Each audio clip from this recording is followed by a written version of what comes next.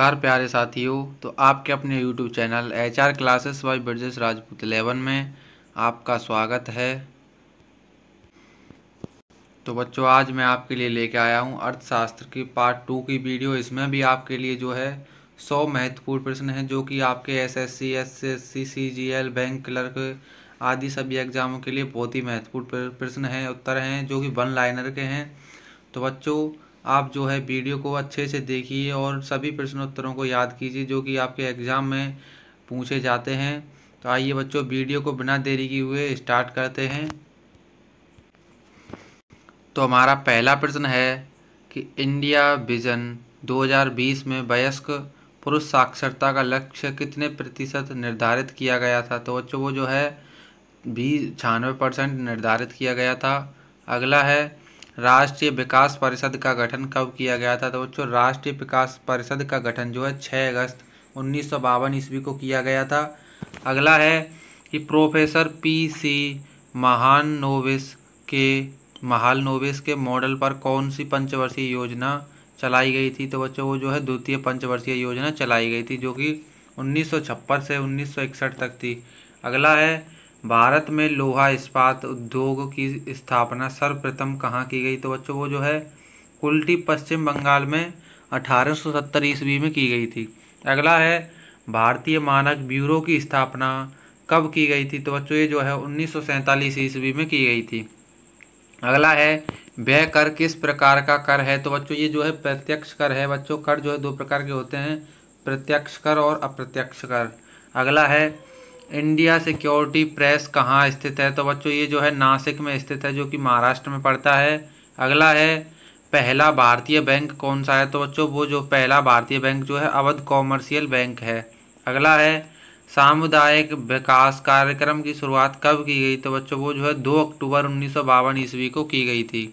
अगला है कि भारतीय निर्यात आयात बैंक की स्थापना कब की गई। तो बच्चों, भारतीय निर्यात आयात बैंक की स्थापना जो है 1982 ईस्वी में की गई थी। अगला है, स्वतंत्र भारत का प्रथम बजट पारित कब किया गया था। तो बच्चों, स्वतंत्र भारत का प्रथम बजट जो है 26 नवंबर 1947 ईस्वी को किया गया था। अगला है, राजा चेलिया समिति किससे संबंधित है। तो बच्चों, राजा चेलिया समिति जो है कर सुधार से संबंधित है। अगला है, सोयाबीन का सर्वाधिक उत्पादन कहाँ होता है। तो बच्चों, ये जो है मध्य प्रदेश में होता है। अगला है, भारत में कार्यरत BNP परिवास बैंक किस देश का है। तो बच्चों, ये जो है फ्रांस का है। अगला है, भारत में गरीबी हटाओ का नारा किस पंचवर्षीय योजना में दिया गया था। तो बच्चों, ये जो है 5वीं पंचवर्षीय योजना में दिया गया था। हमारा अगला प्रश्न है कि 20,000 मेगावाट विद्युत उत्पादन यानी कि बिजली उत्पादन से संबंधित जवाहरलाल नेहरू मिशन कब तक के लिए लक्षित था। तो बच्चों, ये जो है 2022 तक के लिए लक्षित था। अगला है कि राष्ट्रीय ग्रामीण विकास संस्थान कहाँ स्थित है। तो बच्चों, ये जो है हैदराबाद में स्थित है। अगला है, 22 वर्षों के बाद RBI द्वारा 1,000 रुपये का नोट कब जारी किया गया था। तो बच्चों, वो जो है 9 अक्टूबर सन 2000 को किया गया था। अगला है, शाख मुद्रा को क्या कहा जाता है। तो बच्चों, शाख मुद्रा को जो है ऐच्छिक मुद्रा कहा जाता है। अगला है, किसी वस्तु के वास्तविक मूल्य की बजाय मौद्रिक मूल्य से प्रतिक्रिया व्यक्त करने को क्या कहा जाता है। तो बच्चों, उसे जो है मुद्रा भ्रम कहा जाता है। अगला है, भारत में सर्वाधिक नगरीकरण कहाँ हुआ। तो बच्चों, ये जो है गोवा में हुआ था। अगला है, श्वेत क्रांति के सूत्रधार कौन है। तो बच्चों, वो जो है डॉक्टर वर्गीज कुरियन है। अगला है, योजना आयोग का गठन कब किया गया। तो बच्चों, ये जो है 15 मार्च 1950 ईस्वी को किया गया था। अगला है, रॉबिन कर किन मदों पर लगाया जाता है। तो बच्चों, ये जो है मुद्रा के लेन देन पर लगाया जाता है। अगला है, किस पंचवर्षीय योजना का उद्देश्य समाजवादी समाज की स्थापना करना था। तो बच्चों, ये जो है द्वितीय पंचवर्षीय योजना का था। अगला है, बैंकिंग लोकपाल के क्षेत्र से बाहर बैंक कौन सी है। तो बच्चों, वो जो है 2012 से है।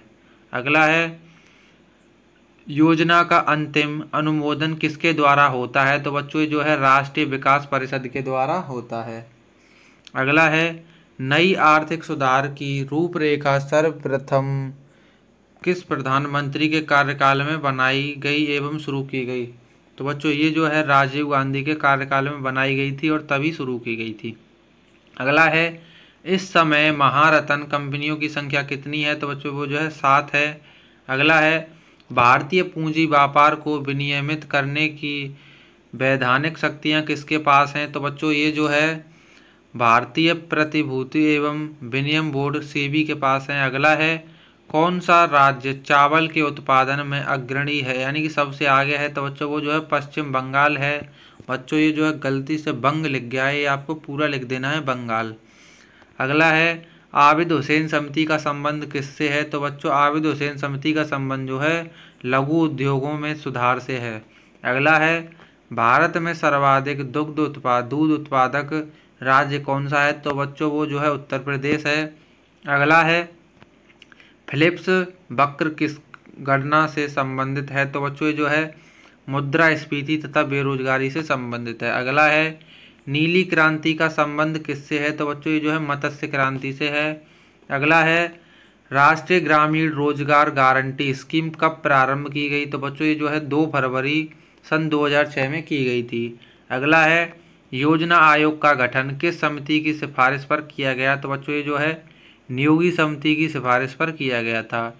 अगला है, पॉलिटिक्स ऑफ चरखा नामक पुस्तक के लेखक कौन है? तो बच्चों वो जो है JB कृपलानी हैं।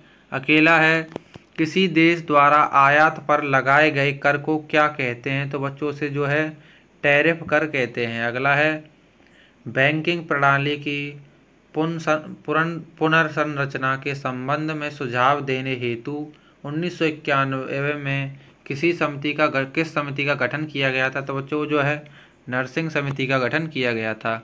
अगला है, राष्ट्रीय स्टॉक एक्सचेंज की स्थापना 1991 में किस समिति की अनुशंसा पर की गई थी? तो बच्चों ये जो है फैरवानी समिति की अनुशंसा पर की गई थी। अगला है, पूर्ण रूप से पहला भारतीय बैंक कौन सा है जिसकी स्थापना 1894 ईस्वी में की गई थी? तो बच्चों जो है पंजाब नेशनल बैंक की स्थापना की गई थी। अगला है, IPC शेयर मूल्य सूचकांक किस देश का है? तो बच्चों ये जो है मैक्सिको का है।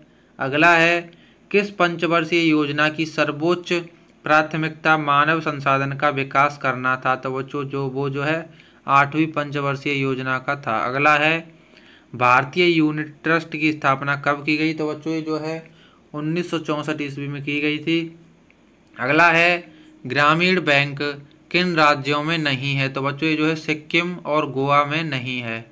अगला है, भारत में सर्वाधिक जोत किस प्रकार की है? तो बच्चों ये जो है सीमांत प्रकार की है। अगला है, भारत में पहला फूड पार्क कहाँ बनाया गया था? तो बच्चों ये जो है रांची झारखंड में बनाया गया था। अगला है, कृषक दिवस कब मनाया जाता है? तो बच्चों कृषक दिवस जो है 23 दिसंबर को मनाया जाता है, यानी कि किसान दिवस। अगला है, भारत में तालाबों का द्वारा सर्वाधिक सिंचाई कहाँ होती है? तो बच्चों ये जो है तमिलनाडु में होती है, जो कि दक्षिण भारत में पड़ता है। अगला है, भारत में हरित क्रांति की शुरुआत कब हुई? तो बच्चों ये जो है 1966 में हुई थी। अगला है, भूरी क्रांति किससे संबंधित है? तो बच्चों ये जो है उर्वरकों के उत्पादन से संबंधित है। अगला है, HI 1500 किस खाद्य फसल की संकर प्रजाति का नाम है? तो बच्चों ये जो है गेहूं का है। अगला है, कांकरेज किस पशु की नस्ल का नाम है? तो बच्चों ये जो है कांकरेज जो है गाय की नस्ल का नाम है। अगला है, टसर रेशम सर्वाधिक किस राज्य में पैदा किया जाता है? तो बच्चों ये जो है बिहार में किया जाता है। अगला है, कि मोती देने के लिए किस प्रकार की मछलियाँ प्रसिद्ध हैं? तो बच्चों ये जो है ऑयस्टर एवं कॉयस्टर हैं। अगला है, इंडिया विजन 2020 दृष्टि पत्र किसने जारी किया था? तो बच्चों ये जो है योजना आयोग ने किया था। अगला है, कि सुरेश तेंदुलकर समिति का संबंध किससे है? तो बच्चों ये जो है निर्धनता आकलन से है। अगला है, the planned economy of India पुस्तक के लेखक कौन है? तो बच्चों वो जो है डॉक्टर विश्वेश्वरैया हैं। ये बच्चों आपके लिए वेरी वेरी इंपॉर्टेंट है, तो आप इसे जो है अच्छे से याद कर लें। अगला है, भारत में अनिवार्य लाइसेंसिंग के अंतर्गत कितने उद्योगों को रखा गया है? तो बच्चों वो जो है 5 उद्योगों को रखा गया है। अगला है, औद्योगिक एवं वित्तीय पुनर्गठन बोर्ड की स्थापना कब की गई? तो बच्चों वो जो है वर्ष 1985 ईस्वी में की गई थी। अगला है भारतीय जीवन बीमा निगम की स्थापना कब हुई थी? तो बच्चों ये जो है वर्ष 1956 ईस्वी में हुई थी। अगला है राज्य स्तर पर मानव विकास रिपोर्ट जारी करने वाला प्रथम राज्य कौन सा है? तो बच्चों वो जो है मध्य प्रदेश है। अगला है हरित सूचकांक किसे विकसित किया गया था? हरित सूचकांक किससे विकसित किया गया था बच्चों? तो वो जो है संयुक्त राष्ट्र पर्यावरण कार्यक्रम के द्वारा किया गया था। अगला है हिंदू वृद्धि दर किससे संबंधित है? तो बच्चों ये जो है राष्ट्रीय आय से संबंधित है। अगला है भारत में प्रथम खनिज नीति कब घोषित हुई? तो बच्चों ये जो है वर्ष 1951 में हुई थी। अगला है बोकारो स्टील प्लांट किस देश के सहयोग से स्थापित किया गया था? तो बच्चों ये जो है रूस के सहयोग से स्थापित किया गया था। अगला है दक्षिण एशिया का सबसे बड़ा माल मार्ग पत्तन कौन सा है? तो बच्चों ये जो है मुंबई है। अगला है भारत में संपदा कर पहली बार कब लागू किया गया था बच्चों? तो ये जो है वर्ष 1957 ईस्वी में किया गया था। अगला है योजना पत्रिका का प्रकाशन किस मंत्रालय द्वारा होता है? तो बच्चों ये जो है सूचना एवं प्रसारण मंत्रालय द्वारा होता है। अगला है क्षेत्रीय ग्रामीण बैंकों की स्थापना कब की गई? तो बच्चों ये जो है 2 अक्टूबर 1975 को की गई थी। अगला है कृषि वानिकी मत्स्य तथा खनन किस क्षेत्र के अंतर्गत आते हैं? तो बच्चों ये जो है प्राथमिक क्षेत्र के अंतर्गत आते हैं। अगला है भारत में आरबीआई करेंसी नोट जारी करने के लिए कौन सी प्रणाली अपनाता है? तो बच्चों जो है न्यूनतम कोष प्रणाली अपनाता है। अगला है भारत द्वारा सर्वाधिक विदेशी मुद्रा किस पदार्थ के आयात पर खर्च होती है? तो बच्चों जो है पेट्रोलियम पदार्थ के उस पर जो है खर्च होती है।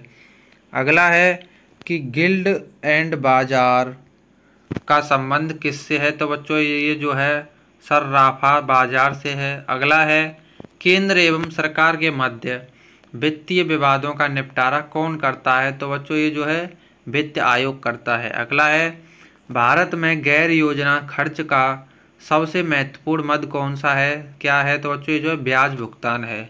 अगला है द्वितीय हरित क्रांति का संबंध किससे है? तो बच्चों ये जो है जैव प्रौद्योगिकी के प्रयोग से है। अगला है कि भारत की सबसे बड़ी तेल शोधनशाला कहाँ स्थित है? तो बच्चों ये जो है जामनगर में स्थित है। हमारा अगला प्रश्न है कि एंडेक्स रेजिडेक्स यानी कि एंडेक्स और रेजिडेक्स किससे संबंधित हैं? तो बच्चों ये जो है भूमि मूल्य से संबंधित हैं। ये बच्चों आपके लिए इम्पोर्टेंट है कि इंडेक्स और रेजिडेक्स किससे संबंधित हैं? तो ये जो है भूमि मूल्य से संबंधित हैं। अगला है कि देश में सार्वजनिक क्षेत्र का सबसे बड़ा उपक्रम क्या है? तो बच्चों वो जो है रेलवे है। हमारा अगला प्रश्न है कि बासेल समिति ने बैंकिंग परिचालनों में अपनी सिफारिशें किस पर दी थी? तो बच्चों वो जो है जोखिम प्रबंधन पर दी थी।